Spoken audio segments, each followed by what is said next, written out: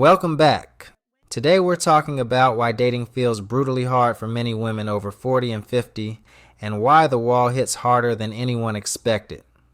What gets labeled as bad luck is often the result of years of choices, expectations, and ignored red flags.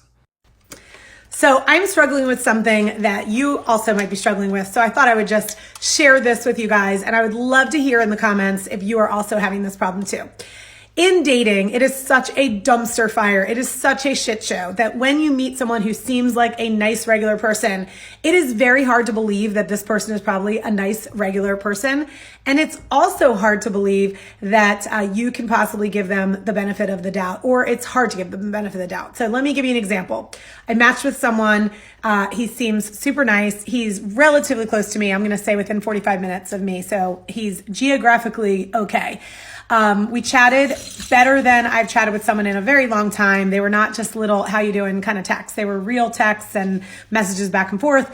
So I said, I really think we should meet in person. He said, I absolutely agree. This has been a great conversation. So we make plans for tonight, Wednesday. On Monday, we decide the time, and he told me to pick a place. So I said, are we still on Monday? I said, are we still on for Wednesday? He said, yes. Okay, great. So Tuesday, I said, okay, 6 o'clock still good for you. And I gave him a name of a place to meet me. And I said, just let me know if that still works. He does not reply on Tuesday, but I didn't send him the text till 9:30 at night.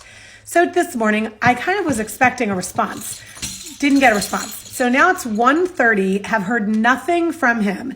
And it is taking me everything in my being to not think that I'm getting stood up or blown off. He did not unmatch me, so he's still on Bumble on one of my matches. And he just did not seem like the person that would do that. But let me tell you, I've had so many bad experiences that it's really hard for me to believe anyone. So anyway, I just wanted to know, does anyone else feel this way too? And what are your thoughts about this? Clearly, if I don't hear from this guy by 3 o'clock, is that fair enough? Then I think we're not meeting at 6. And I'm certainly not going to get dressed and ready for a date only to be stood up. And he didn't confirm the place with me. So why is that so hard? Guys, if you're seeing this message, why is that so hard to just reply? He could decide that he doesn't want to go on a date with me, and that's okay. I'm a big girl. I can handle it. But just say, hey, tonight doesn't work for me anymore, or I've changed my mind. I guess even if he unmatched me, that would tell me that he does not want to hang out with me. But none of those things have happened. So we'll see. If I end up having a date tonight, I will give you an update to this little saga. Thanks for listening. I'm not with this new world of dating. I don't know if it's because I'm a millennial or what, but I'll give you an example. Met a guy. We talked briefly. We were on a train when I was at the airport, and now keep in mind, I'm a relationship kind of girl, so I have been in and out of the same relationship for a little bit, but now I'm single. So we talked. He's like, well, I need your number so I can take you on a date. He was cool. So I gave him my number. Ever since I gave him my number, he's just texted me the good morning beautiful every day. And I'm just like, or what you doing? And the thing that threw me off is he said, do you have social media? And I said, I do. So he said, okay, what's your IG? And I said, I'll give it to you one day. And he said, is it a secret? And I said, no, I just prefer to get to know someone before we start looking through social media. And he's like, I understand that. So that's my thing. I don't want anyone going to my social media, trying to figure me out, because that's how a lot of men try to give you what they think you want, as opposed to just getting to know you and being authentic. I could be wrong, but that's just how I feel about it. So after that, it would just be a good morning text or small talk text throughout the day. But you haven't called to say how you doing. You haven't called to have conversation or to schedule a date to have conversation in person. So for me, I think that's already not gonna work for me. So I may just abort mission. I just prefer more of an old school approach to getting to know someone And it's not gonna be texting me good morning beautiful. You should even remember what I look like at this point. You only see me one time on the train and ain't called since. So don't good morning beautiful me every day. I like a man with some action behind it. So yeah. I don't know about this dating thing. I see why I stay in a relationship, because this ain't for me. This is not for me. I don't like it. Why is dating so frustrating? Why? So, talking to this guy on this dating app, right, for about 2 weeks, exchange phone numbers, everything's good, asks me tonight, what are your plans this weekend? When I say, oh, my kids are actually with their dad this weekend, I work on Saturday, but just half the day. How about you? Oh, I have no plans. Then fucking nothing. Nothing after that. Not would you like to meet up? Do you want to make plans? No, nothing. Why? Why even ask? Why are you even asking what my plans are if you have no intention of asking? And the other thing that pisses me off is that I feel like people that do that just expect you to not have plans. Like they can ask you last minute. Like they'll ask me tomorrow night, hey, you want to hang out tonight? No, motherfucker, I'm busy. And now I'm busy, right? Am I really busy? No. But I'm going to tell you I'm busy, because you really think that you can ask people the last minute to do something? Like, make a plan, make it a priority, because if people don't feel like they're a priority, they don't want to spend their time with you, right? Like, when I'm dating somebody, you are my priority. I make you my priority, right? I don't know. Dating nowadays is just so different. I don't think I'm ready for it at all. Nope. So I've been back in the dating pool for basically a year now. It was the end of January last year that I started dating after being separated from my ex for about a year. And last April, about 10 months ago, I met this guy that I really enjoyed spending time with. It became pretty apparent early on that we were not compatible long term, but we had a lot of fun together. And so we would hang out, go out and do stuff, and continue to spend time together. We were very clear that we were still single, considered ourselves still single, still available to date other people. No worries there. I was fine with that. If I had a date and couldn't hang out with him, I just let him know. But we were calling each other every single day, often multiple times a day, texting every day, multiple times. It felt like a very close friendship, along with other things. And I really enjoyed that relationship. It was nice to have, because I was not finding people in the dating pool that I wanted to get serious with. So it was nice to have that in the meantime. But I did go on dates pretty often. It's just hard to find someone, hard to have that connection. And so I had reached out to him a couple of Saturdays ago and asked if we could hang out, because I didn't have any other plans and would enjoy that time. And he told me that he had made plans with his roommate to go to a casino, and he wasn't sure, but he didn't think that they would stay out too late. And so he would let me know what was going on once he had a better idea. And that was at like 6 p.m. And at 10 p.m., I hadn't heard from him, which was pretty frustrating. I've made it very clear in the past that communication is really important to me.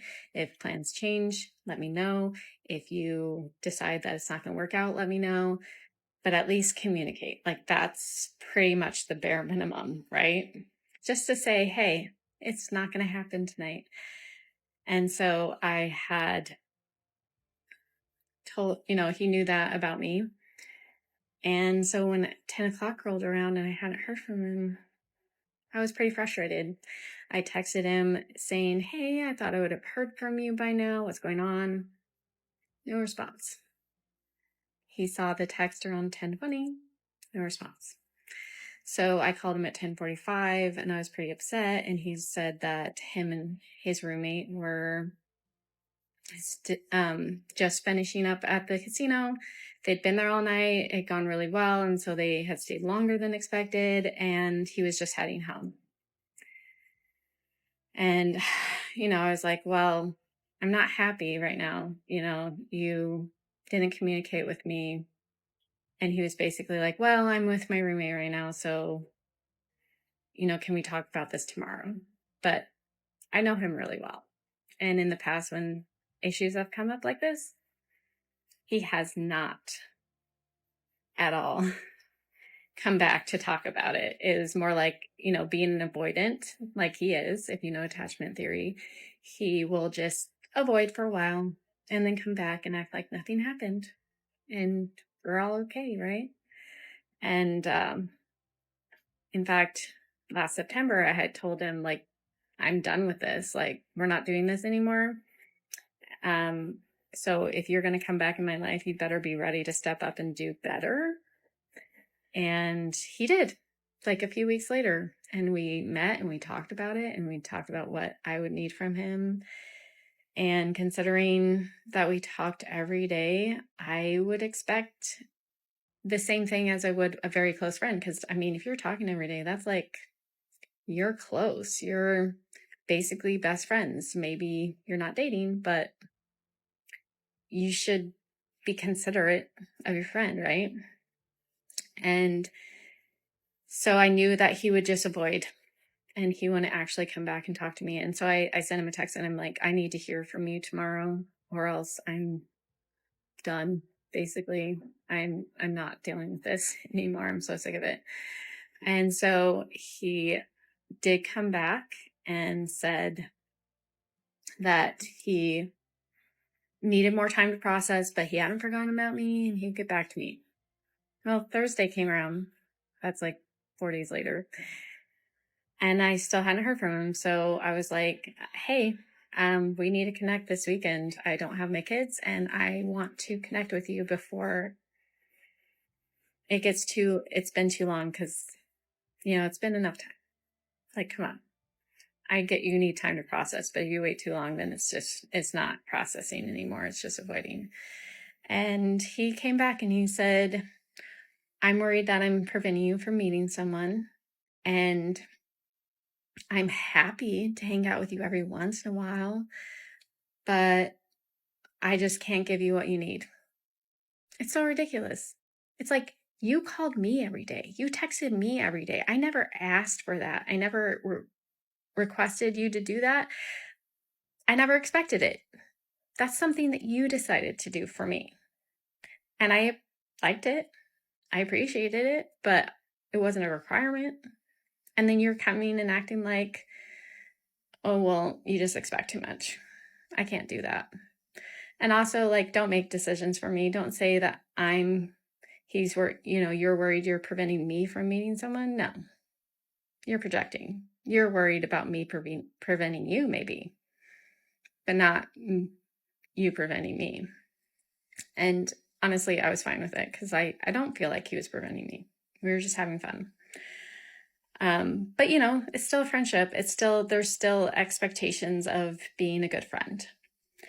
And so, I responded with that and nothing. He just continued to avoid. And, I was pretty frustrated, but it's like, whatever. And I told him, like, hey, if I don't hear, like, we need a conversation about this. If I don't hear from you in the next couple of days, I'm blocking you because I know from my experience that if I let this go and then you come back and want to hang out later, we will. And it will just turn right back into what it has been. Talking every day, hanging out, being together, and not having dealt with this. So I'm not okay with that. And so I told him, you have a couple days and then I'm going to block you. Well, on Sunday, I happened to be hanging out with someone he knew who mentioned that they had seen us in a video for a local band. And I thought she meant over at a certain bar that we'd gone to see them play. And she's like, oh no, it's not that one. It's a different one. And I'm like, I never saw them play there. I've only seen them play once. And it was at the first bar. And she's like, no, it was definitely at the second bar. And so she showed me the video.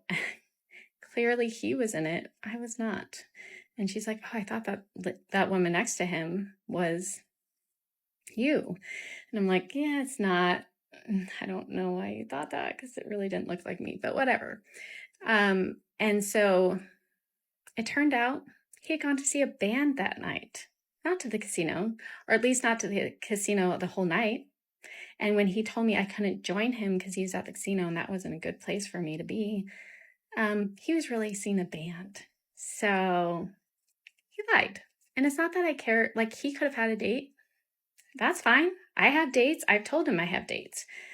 But it's the fact that he lied instead of just saying that. It's the fact that he acted like we could probably get together that night. And then he went and saw a band without me. It's the fact that he's supposed to be my friend. And I realized after, I'm like, oh, this is why he blew things up. Because he found someone he was interested in. And instead of just telling me that, he blew things up so that I could kind of go away for a while so he could check this woman out. And if it didn't work out, then he would get back together with me, which is what he's been doing all along. He's really just been using me in between when he's finding people he's interested in. So, isn't that great? I just love that for me. So as you can imagine, I've blocked him, and that's the dating world nowadays, I suppose.